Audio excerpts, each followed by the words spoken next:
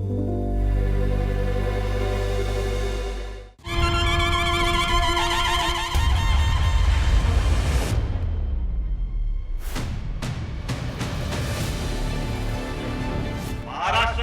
पहिला प्रथम मराठीचा, पण ज्या वेळेला देशाचा प्रश्न येतो त्यावेळेला आम्ही हिंदू आहोतच हे आज सुद्धा आम्ही ठासून आणि खणकावून सांगतो.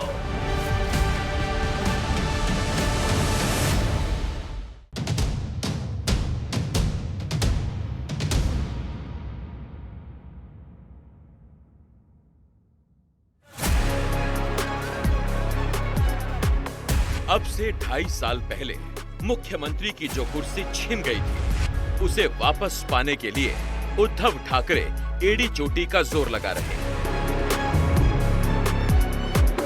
महाराष्ट्र की सियासी बिसात पर एक तरफ बीजेपी की अगुवाई वाली महायुति है, तो दूसरी तरफ विपक्षी गठबंधन महाविकास आघाड़ी। उद्धव ठाकरे विपक्षी गठबंधन महाविकास आघाड़ी के सबसे बड़े चेहरों में से तो एक हैं ही, लेकिन सार्वजनिक जीवन में उनकी और भी कई पहचानें रही हैं।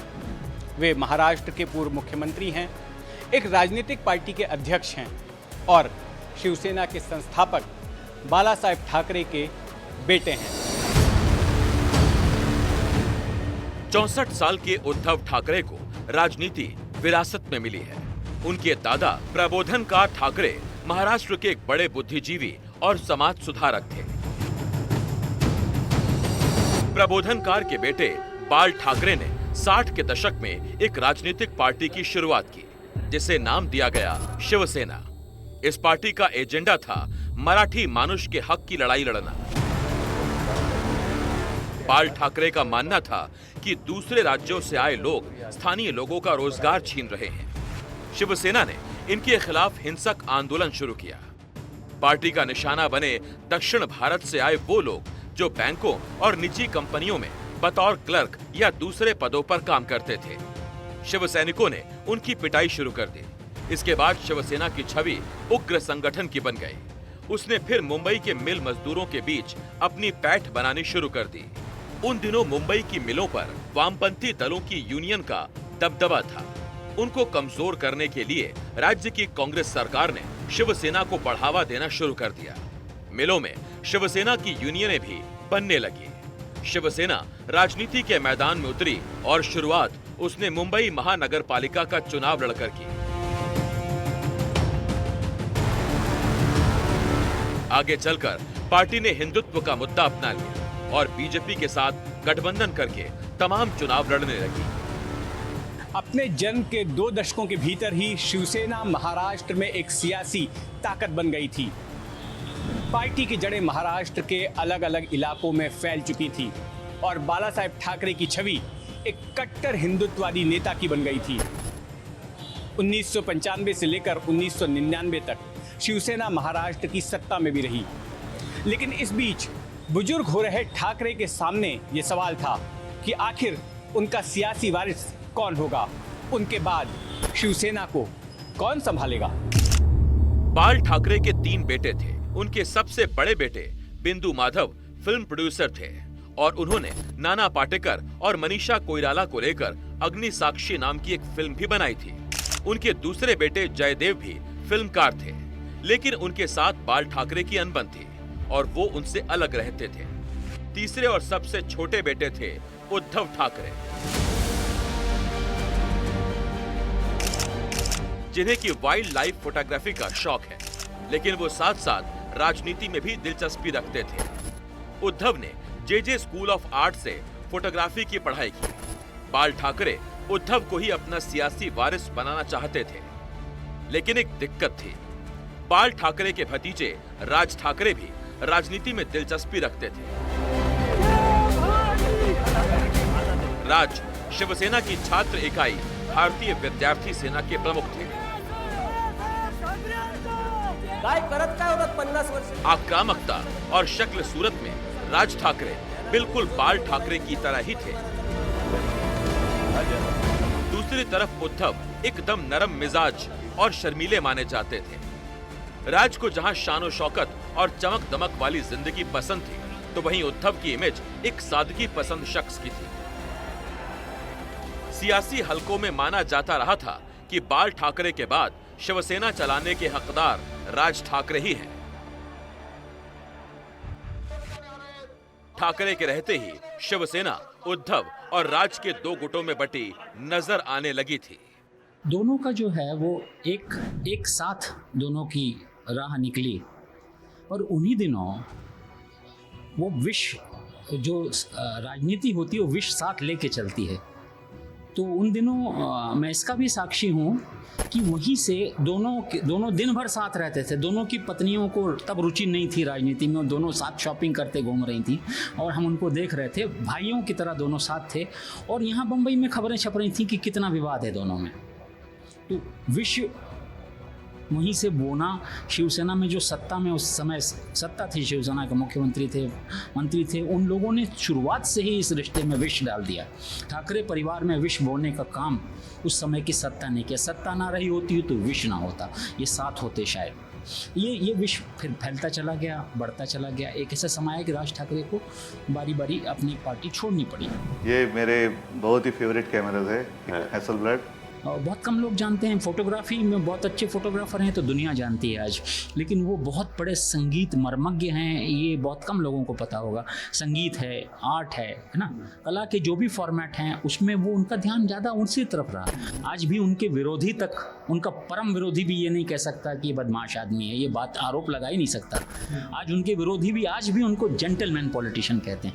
शिवसेना का कल्चर, बाला साहब का कल्चर एक अलग तरह का कल्चर है ना। बाला साहब फायरी स्पीकर और फायरी बोलने वाले और डपट देने वाले लोगों को, बड़े बड़ी हस्तियों को जमीन पे ले आने वाले मिनटों में, ये बाला साहब ठाकरे।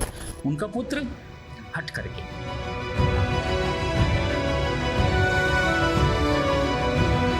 काम असाधारण होना चाहिए ऑफिस से, जगह साधारण होनी चाहिए, जगह साधारण हो तो भी चलेगी और हम खुश हैं इसमें। ये समानता देखना, विभिन्नता देखना, ये गलत है, उनके ऊपर अन्याय है, उद्धव ठाकरे जी के ऊपर। बाला साहब ठाकरे थे। बाला साहब ने शिवसेना को बनाया है, महाराष्ट्र की और देश की एक लीडरशिप बाला साहब ने की है। उद्धव ठाकरे की पर्सनालिटी उनसे अलग है, हो सकती है। आप अभिषेक बच्चन को अमिताभ बच्चन से तुलना नहीं कर सकते। बाल ठाकरे राज ठाकरे को चाहते जरूर थे, लेकिन इनकी दिली इच्छा थी उद्धव ठाकरे को पार्टी की कमान सौंपने की। इस बीच राज ठाकरे की जिंदगी में एक तूफान आया, जिसने कि शिवसेना में उनकी स्थिति कमजोर कर दी और उनके विरोधियों को उन पर हावी होने का मौका दे दिया। राज ठाकरे रमेश कीणी हत्याकांड में फंस गए।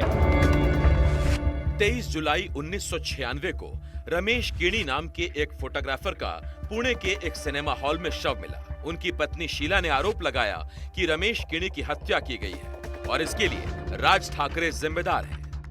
रमेश कीणी ने आखिरी बार घर से निकलते वक्त कहा था कि वो राज ठाकरे से मिलने सामना के दफ्तर जा रहे हैं। इसके बाद उनका शव मिलने की खबर आई। शीला कीणी का कहना था कि उनकी घर की जमीन पर बड़ी इमारत बनाने के लिए राज ठाकरे के करीबी शख्स ने उनके पति को मरवा दिया। इस मामले की जांच सीबीआई को सौंपी गई। राज ठाकरे के दाहिने हाथ माने जाने वाले आशुतोष राणे को सीबीआई ने गिरफ्तार कर लिया। राज ठाकरे से सीबीआई ने घंटों पूछताछ की। आशंका जताई जा रही थी कि राज ठाकरे को भी गिरफ्तार कर लिया जाएगा। पुणे के सिनेमाघर में एक लाश मिली और उस पर लेकर के आरोप प्रत्यारोप हुए और राज ठाकरे को लेकर के विपक्ष ने इसको ही एकमात्र मुद्दा अपना बना लिया था। उस समय महाराष्ट्र में सिर्फ महाराष्ट्र में सिर्फ कीणी कांड गूंज रहा था, है ना। जिस तरह से आज बंगाल का रेप कांड जिस दर्जे पे चल रहा है, दोनों में कोई तुलना नहीं है, लेकिन जिस दर्जे पे उसकी चर्चा है, उस तरह की चर्चा उस कांड की उस समय हुई और राज ठाकरे पे अकेले पे आक्षेप लगा कि ये कहीं ना कहीं उसके प्रति जिम्मेदार हैं।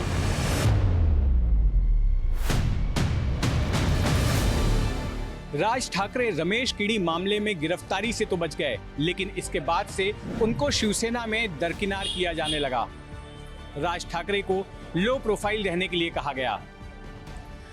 बाल ठाकरे को लग रहा था कि कीणी कांड में फंसने के बाद राज ठाकरे की छवि को झटका लगा है और उन्हें अपना सियासी वारिस बनाया जाना ठाकरे को जोखिम भरा लगा। इसी के बाद से उद्धव ठाकरे का पलड़ा पार्टी में भारी हो जाता है और धीरे धीरे वे पार्टी पर अपना वर्चस्व कायम कर लेते हैं। राज ठाकरे के पर कतरे जाने के बाद उद्धव बड़ी ही आक्रामकता के साथ राजनीति में सक्रिय होते गए। राज ठाकरे के समर्थकों को पार्टी में दरकिनार किया जाने लगा। टिकट बांटते वक्त राज कैंप के लोगों को नजरअंदाज किया जाता और लगभग सारे टिकट उद्धव समर्थकों को दिए जाते। पार्टी में अपने साथ हो रहा भेदभाव लगातार राज को खटक रहा था। 30 जनवरी 2003 को हिल स्टेशन महाबलेश्वर में शिवसेना का एक सम्मेलन आयोजित किया गया, जहां पर उद्धव ठाकरे की ताजपोशी हुई। उन्हें शिवसेना का कार्याध्यक्ष बनाया गया। दुनिया को यह बताने के लिए कि राज और उद्धव के बीच कोई विवाद नहीं है, कोई मनमुटाव नहीं है, इसलिए उद्धव को कार्याध्यक्ष बनवाने का प्रस्ताव राज ठाकरे के हाथों पेश करवाया गया। राज ठाकरे ने दिल पर पत्थर रखकर उद्धव ठाकरे के नाम का ऐलान किया। ये बाला साहब ठाकरे ने सोच समझकर निर्णय लिया और उद्धव जी को अपने होते हुए अपने कार्यकाल में पार्टी का वर्किंग प्रेसिडेंट बनाया। महाराष्ट्रामध्ये पहिल्या प्रथम मराठीचा। जब महाराष्ट्र की बात है तब हम मराठी और जब देश की बात हो तब हम हिंदू हैं। पण ज्या वेळेला देशाचा प्रश्न येतो त्यावेळेला आम्ही हिंदू आहोत, यात सुद्धा आम्ही ठासून आणि खंडून सांगतो। कमान संभालते ही उद्धव ठाकरे ने पार्टी को नया स्वरूप देना शुरू कर दिया। उद्धव शिवसेना को सिर्फ मराठी भाषियों की पार्टी के तौर पर नहीं देखना चाहते थे। उनका नजरिया था कि सभी भाषा, धर्म और जाति के लोग शिवसेना से जुड़े। इसके लिए उन्होंने साल मी मुंबई कर नाम की मुहिम शुरू की। इससे पहले शिवसेना का हिंदी मुखपत्र दोपहर का सामना शुरू करवाने में भी उद्धव ने अहम भूमिका निभाई थी। उनको लगा कि केवल मराठी मतों की बदौलत हम आगे नहीं बढ़ सकते, तो उत्तर भारतीयों की ओर बढ़ने का रुझान उन्होंने शुरू किया। बाला साहब ने खुद इसकी, जब उन्होंने हिंदी का सामना, आप तो खुद उस पत्र से जुड़े रहे हैं, 25-30 साल पहले उन्होंने हिंदी का सामना, मराठी के बाद उन्होंने अंग्रेजी नहीं समझा, गुजराती नहीं समझा, वो हिंदी सामना वो लाए, वो हिंदी भाषियों को इकट्ठा लाने के उन्होंने शुरू किया। और उद्धव ने तो बड़ा व्यापक इसको बना दिया। उन्होंने तो हर जगह शाखाएं उनकी प्रमुख होती हैं, जितने वार्ड होते हैं, बम्बई के 221 वार्ड हैं तो 221 शाखाएं हैं। लेकिन उत्तर भारतीयों को जोड़ने के लिए उन्होंने एक बहुत बड़ा प्रयास किया कि हर शाखा में एक उप शाखा प्रमुख उत्तर भारतीय नियुक्त कर दिया उन्होंने। इतना बड़ा व्यापक बदलाव जिसकी मीडिया में भी बहुत चर्चा नहीं हुई। उद्धव ठाकरे को समाज का हर तबका अपना नेता मानता है और विश्वास के साथ उनसे जुड़ जाता है। खास करके जब मुख्यमंत्री रहे उद्धव ठाकरे जी और जो संकट आया कोरोना का, तो उद्धव ठाकरे ने ये नहीं देखा कि मेरी पार्टी की विचारधारा क्या है। इस महाराष्ट्र के सभी जातियों और धर्मों को जो लोग थे, घर घर में उद्धव ठाकरे को लोगों ने स्वीकार किया कि ये मुख्यमंत्री नहीं है, मेरा घर का मुखिया है, जो मेरी घर की बहुत फिक्र करता है, चाहे मुसलमान हो, चाहे हिंदू हो, चाहे क्रिश्चियन हो। उद्धव ठाकरे जी का स्वभाव हमेशा रहा कि जानबूझकर धार्मिक राजकारण नहीं करना चाहिए। जरूर वो अपने पिताजी जैसे ही कठोर हिंदुत्ववादी है और रहेंगे। खून एक है, पार्टी का डीएनए एक है, विचार एक है। लेकिन मैंने कहा ना, 91-92 वाला माहौल अलग था। अब उनको लगता है कि हम सबको साथ लेकर महाराष्ट्र का और देश का निर्माण करना चाहिए। एक तरफ उद्धव नफरत की राजनीति से शिवसेना को दूर ले जाना चाहते थे, तो वहीं दूसरी तरफ राज ठाकरे ने उनकी इस मुहिम को ठेस पहुंचाना शुरू कर दिया। 21 नवंबर 2003 को राज ठाकरे के कार्यकर्ताओं ने मुंबई से सटे कल्याण स्टेशन पर यूपी और बिहार से आए युवकों को पीटना शुरू कर दिया। ये वो युवक थे जो रेलवे में भर्ती परीक्षा देने के लिए मुंबई आए थे। चूंकि राज ठाकरे उस वक्त शिवसेना में ही थे, इसीलिए हिंसा के लिए शिवसेना को ही जिम्मेदार माना गया। उद्धव के लिए ये घटना शर्मनाक थी। रेलवे को इस घटना के बाद भर्ती परीक्षा रद्द करनी पड़ी। राज ठाकरे एक बहुत ही समझदार पॉलिटिशियन हैं और बड़े गहरी सोच वाले पॉलिटिशियन हैं। उन्होंने मर्म पे हाथ रखा कि अब मराठी नहीं रही शिवसेना, और उन्होंने मराठी का मुद्दा उठाया। ये वो जानते थे कि उनको नुकसान पहुंचाएगा, वो व्यापक नहीं बढ़ पाएंगे, लेकिन कम से कम उद्धव ठाकरे को नुकसान पहुंचाना उनका सबसे बड़ी उस समय मंशा रही होगी। उत्तर भारतीयों में जो बेस बन रहा था शिवसेना, फिर अगर वो बन गया होता तो शिवसेना एक तरह से उसको तोड़ पाना, वहाँ तक पहुँच पाना भी किसी के लिए मुमकिन नहीं होता। अब ये राज ठाकरे ने ये खेल खेला। इस घटना के बाद से राज और उद्धव के बीच दरार और बढ़ गई। क्योंकि पार्टी की सत्ता उद्धव ठाकरे के हाथ थी, इसलिए राज ठाकरे को पार्टी में पूरी तरह से दरकिनार किया जाने लगा। लेकिन राज ठाकरे के अलावा एक और भी शख्स था जो कि उद्धव ठाकरे से नाराज था। वो शख्स था महाराष्ट्र के पूर्व मुख्यमंत्री नारायण राणे। नारायण राणे उद्धव के पिता बाल ठाकरे के बेहद खास थे। वो एक मराठा नेता थे और पार्टी की जड़ें कोंकण में जमाने में उन्होंने अहम भूमिका निभाई थी। 1999 में जब बाल ठाकरे ने मनोहर जोशी को मुख्यमंत्री पद से हटाया तो उनकी जगह नारायण राणे को नया मुख्यमंत्री नियुक्त किया। लेकिन शिवसेना की कमान संभालने के बाद उद्धव ने अपना खुद का एक सर्कल बनाया और ऐसे लोगों को अहम फैसले लेते वक्त दूर किया जाने लगा जो कुछ वक्त पहले तक पार्टी में खासा रसूख रखते थे और बाल ठाकरे के करीबी थे। नारायण राणे के साथ भी यही बर्ताव हुआ।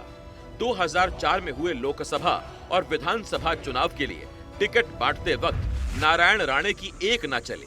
राणे के करीबियों के टिकट कट गए और उद्धव ने अपने खास लोगों को टिकट दिए। इससे गुस्साए राणे ने खुलकर उद्धव ठाकरे के खिलाफ बगावत का बिगुल फूंक दिया। 2005 में मीडिया से बात करते हुए उन्होंने उद्धव पर कई गंभीर आरोप लगाए।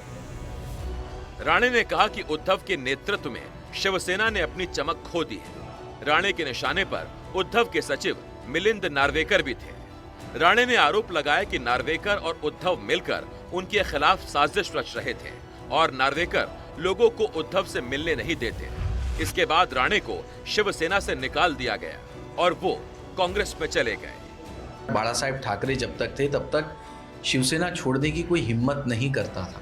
उद्धव ठाकरे इनके हाथ में पार्टी की कमान आने के बाद जो नेता है उनका रिसाव लगातार चलता ही रहा है और अब कोई शिवसेना छोड़ने से डरता नहीं है।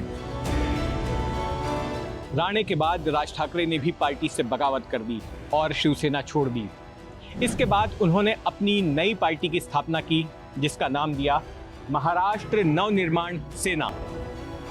उद्धव ठाकरे ने जब से पार्टी की कमान संभाली तब से शिवसेना में दो बड़ी बगावतें हो गईं।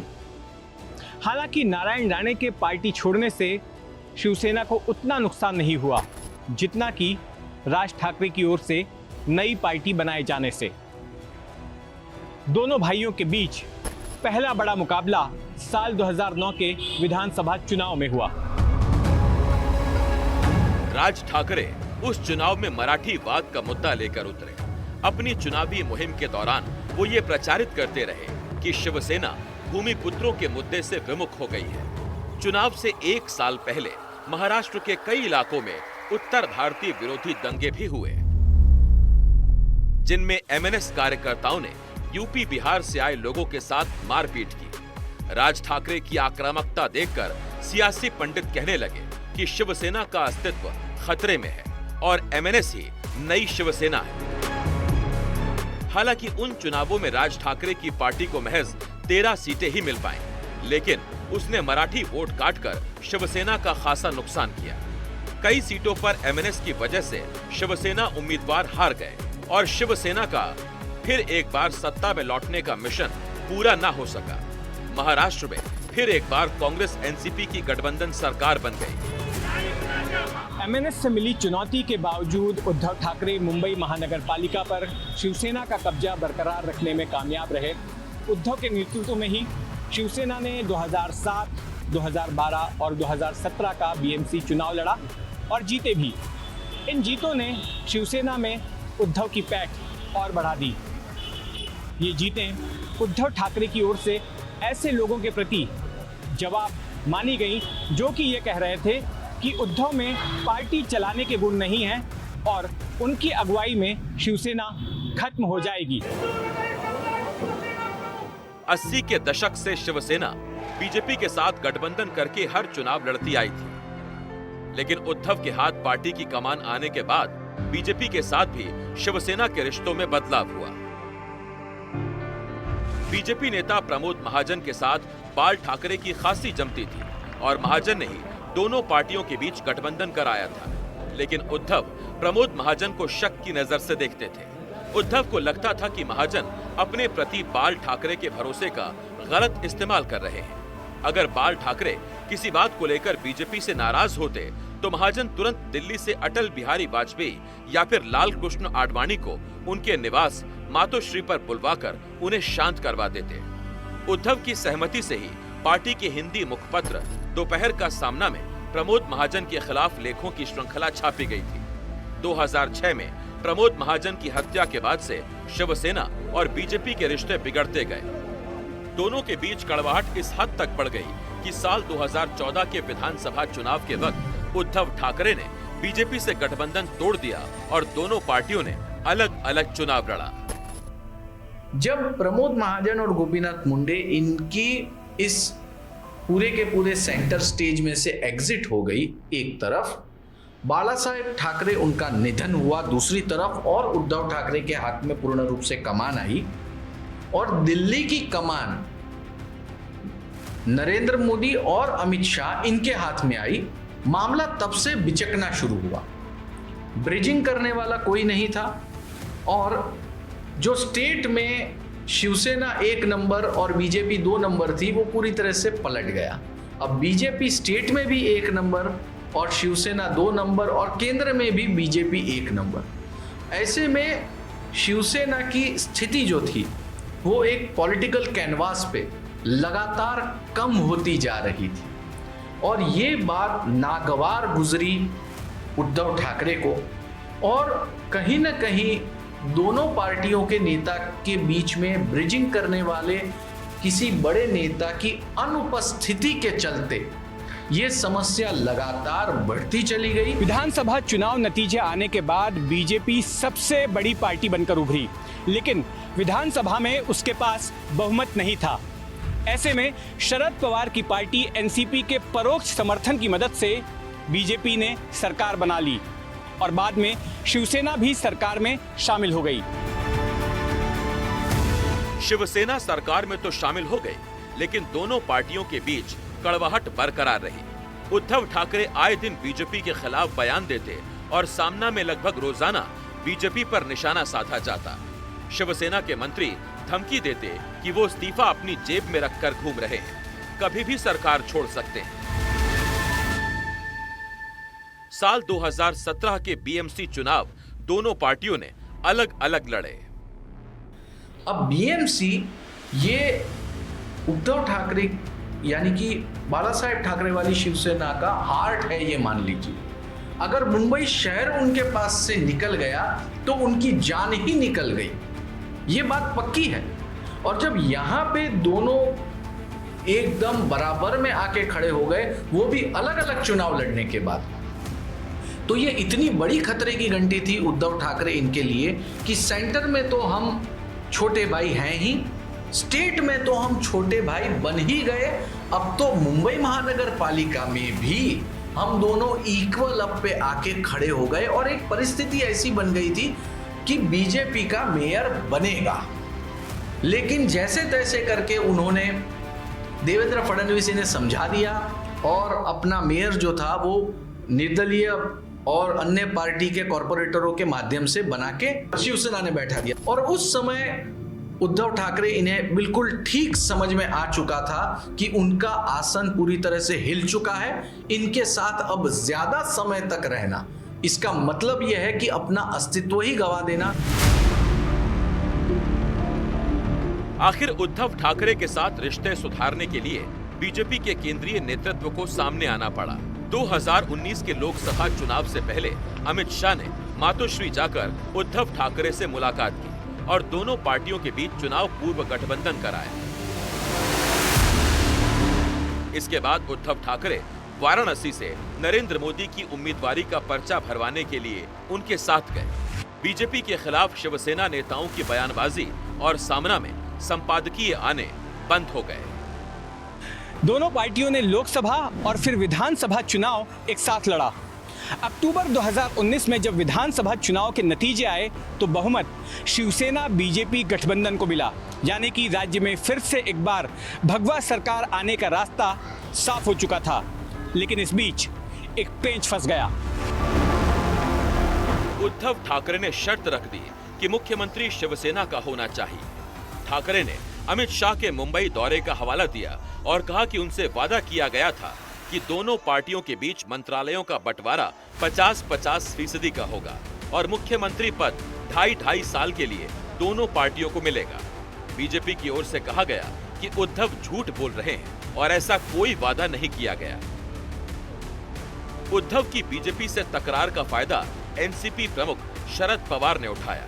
उन्होंने उद्धव के सामने पेशकश रखी कि शिवसेना, एनसीपी और कांग्रेस जैसे 3 बड़े दलों को मिलाकर सरकार बनाई जा सकती है, जिसमें मुख्यमंत्री उद्धव रहेंगे। विश्वास मत के प्रस्ताव के दौरान उन्होंने बीजेपी को चुनाव जीतने में, विश्वास मत जीतने में मदद की। जब 2014 में जब ये मदद की तो उद्धव ठाकरे समझ गए कि ये जो वेकेंट प्लेस है, अगर मैं फिलअप नहीं करूंगा तो शरद पवार अपनी पार्टी के साथ में ये प्लेस फिलअप कर देंगे। तो ना वो यहां के रहेंगे ना वो वहां के रहेंगे। और इस पूरी परिस्थिति और इस पूरे परिप्रेक्ष्य में उन्होंने आखिर अपना पाला बदल ही दिया। इसके बाद उद्धव ठाकरे ने एक ऐसा फैसला लिया जिसने कि सियासी गलियारों में सभी को चौंका दिया। जिस कांग्रेस और एनसीपी को शिवसेना का सियासी दुश्मन समझा जाता था, उन्हीं पार्टियों के साथ उद्धव ठाकरे ने सत्ता की खातिर हाथ मिला लिया। कईयों को यह बेमेल गठबंधन लगा, क्योंकि कांग्रेस और एनसीपी खुद को सेकुलरवादी पार्टियां बताती थी, जबकि शिवसेना की छवि एक कट्टर हिंदुत्ववादी पार्टी की थी। इन तीनों ही पार्टियों के गठबंधन को नाम दिया गया महाविकास आघाड़ी। महाविकास आघाड़ी का एक कॉमन मिनिमम प्रोग्राम तैयार हुआ। उसकी प्रस्तावना में 2 बार सेक्युलर शब्द का इस्तेमाल किया गया था। इस बात से सभी चौंक गए कि उस मसौदे पर दस्तखत करने में उद्धव ठाकरे को कोई गुरेज नहीं था। वैसे जिन लोगों ने उद्धव को शुरुआत से देखा था, उनके लिए ये कोई ताज्जुब की बात नहीं थी। उद्धव ने कभी अपने भाषणों में मुसलमानों, दूसरे प्रांत या जाति के लोगों के खिलाफ नहीं बोला। अपने पिता के भाषणों के विपरीत उद्धव के भाषणों में गालियां और धमकियां ना के बराबर होती थी। आखिर 28 नवंबर 2019 को उद्धव ठाकरे ने महाराष्ट्र के मुख्यमंत्री पद की शपथ ली। उनके पिता बाल ठाकरे ने शपथ ले रखी थी कि वो कभी कोई सरकारी पद नहीं लेंगे, लेकिन उद्धव ने वैसी कोई शपथ नहीं ली थी। बताया जाता है कि पहले उद्धव ठाकरे मुख्यमंत्री बनने के लिए राजी नहीं थे, लेकिन उनकी पत्नी रश्मि और बेटे आदित्य ने उन्हें इसके लिए तैयार किया। शरद पवार ने भी कांग्रेस को सरकार में शामिल होने की खातिर इसी शर्त पर तैयार किया था कि उद्धव ठाकरे ही मुख्यमंत्री बनेंगे। उद्धव ठाकरे की सरकार में उनके बेटे आदित्य भी बतौर मंत्री शामिल हुए। महज 29 साल की उम्र में मंत्री बने आदित्य ने मुंबई की वर्ली विधानसभा सीट से चुनाव जीता था। उद्धव ठाकरे के 2 बेटे हैं। दूसरे बेटे तेजस को राजनीति में दिलचस्पी नहीं थी, जबकि बड़े बेटे आदित्य को साल 2010 में उनके दादा बाल ठाकरे ने शिवाजी पार्क पर आयोजित सालाना दशहरा रैली में लॉन्च किया था। उद्धव ठाकरे की कैबिनेट में आदित्य को पर्यावरण और पर्यटन विभाग की जिम्मेदारी दी गई। उद्धव ठाकरे के मुख्यमंत्री बनने के 3 महीने बाद ही कोरोना महामारी ने दस्तक दे दी और उन्हें राज्य में लॉकडाउन लगाना पड़ा। एक तरफ जहां मुंबई में बड़े पैमाने पर मौतें हो रही थी, तो वहीं दूसरी तरफ झोपड़ियों में रहने वाले लोगों के भूखे मरने का खतरा था। इस दौरान ठाकरे बार बार टीवी पर आकर लोगों को संबोधित करते थे और झुग्गी झोपड़ियों में रहने वाले लोग, जिनमें दूसरे राज्य के लोग भी थे, उन्हें मदद का आश्वासन देते थे। कोविड के दौरान करवाए गए कुछ सर्वे में उद्धव ठाकरे को सर्वश्रेष्ठ मुख्यमंत्री भी घोषित किया गया था। कोरोना महामारी के दौरान मिली शुरुआती चुनौती को तो ठाकरे सरकार ने एक बड़ी हद तक काबू कर लिया था, लेकिन एंटीलिया कांड ने उनकी सरकार को दागदार कर दिया। मुंबई पुलिस के एक अधिकारी सचिन वाजे ने कथित तौर पर उद्योगपति मुकेश अंबानी के घर के बाहर विस्फोटकों से लदी कार पार्क कर दी।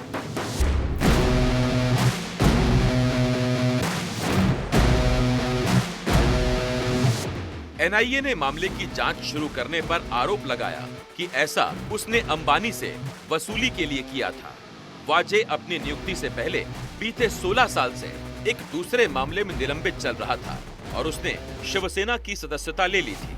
उद्धव ठाकरे के मुख्यमंत्री बनते ही उसका निलंबन रद्द हो गया और उसे मुंबई पुलिस के सबसे अहम विभाग CIU में पोस्टिंग दी गई। जब एंटीलिया कांड सामने आया तो गृह मंत्री अनिल देशमुख ने पुलिस कमिश्नर परमबीर सिंह को उनके पद से हटा दिया। इसके जवाब में परमबीर सिंह ने राज्यपाल के नाम में खत लिखते हुए खुलासा किया कि अनिल देशमुख ही सचिन वाजे से भ्रष्टाचार करवा रहे थे और वाजे को हर महीने होटल और बार मालिकों से 100 करोड़ रुपए वसूल कर उन्हें देने को कह रहे थे। इस आरोप के बाद देशमुख को अपनी कुर्सी छोड़नी पड़ी और बारी बारी से CBI और ED ने उन्हें गिरफ्तार कर लिया। इसके कुछ वक्त बाद उनकी सरकार के एक और मंत्री और NCP के प्रवक्ता नवाब मलिक को मनी लॉन्ड्रिंग के आरोप में ED ने गिरफ्तार कर लिया। गिरफ्तारियों के सिलसिले में उनके खास और शिवसेना के सांसद संजय राउत को भी ED ने मनी लॉन्ड्रिंग के आरोप में गिरफ्तार कर लिया।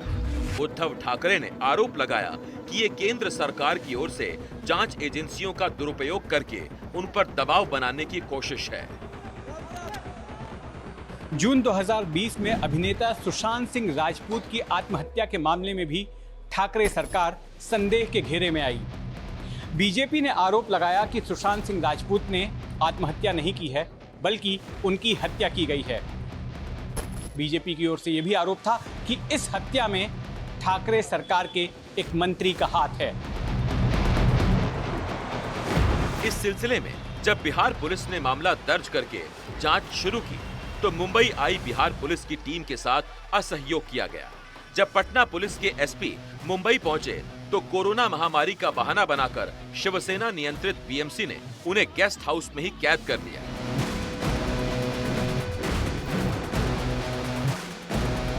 उद्धव ठाकरे को सबसे तगड़ा झटका लगा जून 2022 में, जब पार्टी के वरिष्ठ नेता एकनाथ शिंदे ने बगावत कर दी। बीजेपी की मदद से शिंदे ने 40 विधायकों और 12 सांसदों के साथ ठाकरे से अलग होकर अपना अलग गुट बनाया। शिंदे ने दावा किया कि असली शिवसेना उन्हीं की है, क्योंकि पार्टी के ज्यादातर सांसद, विधायक और पदाधिकारी उनके साथ जा चुके थे। चुनाव आयोग ने भी शिंदे की दलील मान ली और शिंदे गुट को ही असली शिवसेना माना। यही नहीं, शिवसेना का चुनाव चिन्ह धनुष बाण भी शिंदे गुट को मिल गया। शिवसेना में इससे पहले भी कई बगावतें हो चुकी हैं, लेकिन ये बगावत ऐतिहासिक थी। बगावत करने वाले एकनाथ शिंदे का कहना था कि उद्धव के नेतृत्व में शिवसेना हिंदुत्व से विमुख हो रही थी और बाला साहेब ठाकरे की वैचारिक विरासत के असली हकदार वे हैं। बाला साहेब ठाकरे जब शिवसेना प्रमुख रहे या थे तो उनके कार्यकाल में भी पार्टी को बहुत बार इस प्रकार का झटका लगा है। छगन भुजबल गए, राज ठाकरे गए, नारायण राणे चले गए, ऐसे लोग, गणेश नाइक गए। बाला साहब ने संघर्ष किया, पार्टी को खड़ा किया। अब वही संकट उद्धव ठाकरे के ऊपर भी आया है, बार बार आते रहे। पार्टी में इतनी बड़ी फूट कभी नहीं हुई थी। उनके खास लोग हैं सब, एकनाथ शिंदे हो गए, छोड़कर चले गए, 40 लोग चले गए, पार्टी टूट गई, सरकार गिर गई। फिर भी उद्धव ठाकरे, उनमें जो लीडरशिप क्वालिटी है, संयम है, उनका मन बहुत खंभीर है, खड़े रहे, लड़ते रहे और फिर एक बार पार्टी को जीवदान दिया। हमारा चिन्ह चला गया, पार्टी का सिंबल चला गया, पार्टी का नाम चला गया। ये बहुत बड़ा संकट रहा पार्टी के ऊपर। सियासी जानकार एकनाथ शिंदे की बगावत के कई कारण मानते हैं। एक प्रमुख कारण एकनाथ शिंदे की महत्वाकांक्षा थी। शिंदे पार्टी के लिए पैसा और लोग जुटाते थे और महाराष्ट्र भर में उनका नेटवर्क था। दूसरी तरफ उद्धव ठाकरे अपनी पार्टी के नेताओं और सरकार के बाकी मंत्रियों से मिलने जुलने में कतराते थे। अपनी बीमारी का हवाला देकर वो मंत्रालय में अपने दफ्तर भी नहीं जाते थे। उनके बेटे आदित्य ठाकरे दूसरे मंत्रियों के विभागों में दखल अंदाजी करते थे। कई बार एकनाथ शिंदे ने खुद को उद्धव ठाकरे के सामने अपमानित महसूस किया, क्योंकि उद्धव और उनके करीबी शिंदे पर शक जताया करते थे। इसके अलावा बगावत के पीछे केंद्रीय जांच एजेंसियों की भी भूमिका चर्चा में रही। शिंदे के साथ जो नेता बगावत करके गए, उनमें से कईयों के खिलाफ ईडी ने आपराधिक मामले दर्ज कर रखे थे। जब उन्होंने उद्धव ठाकरे को छोड़ दिया और एकनाथ शिंदे ने जब बीजेपी के साथ मिलकर सरकार बना ली, तो ऐसे नेताओं की भी ईडी के दफ्तर में हाजिरी लगनी बंद हो गई। शिवसेना टूट चुकी है, लेकिन महाविकास आघाड़ी बरकरार है और शिवसेना के टूटे हुए धड़े के साथ उद्धव ठाकरे महाविकास आघाड़ी में बने हुए हैं। आने वाले विधानसभा चुनाव के बाद ही उद्धव ठाकरे को अपनी सियासी हैसियत का पता चल सकेगा।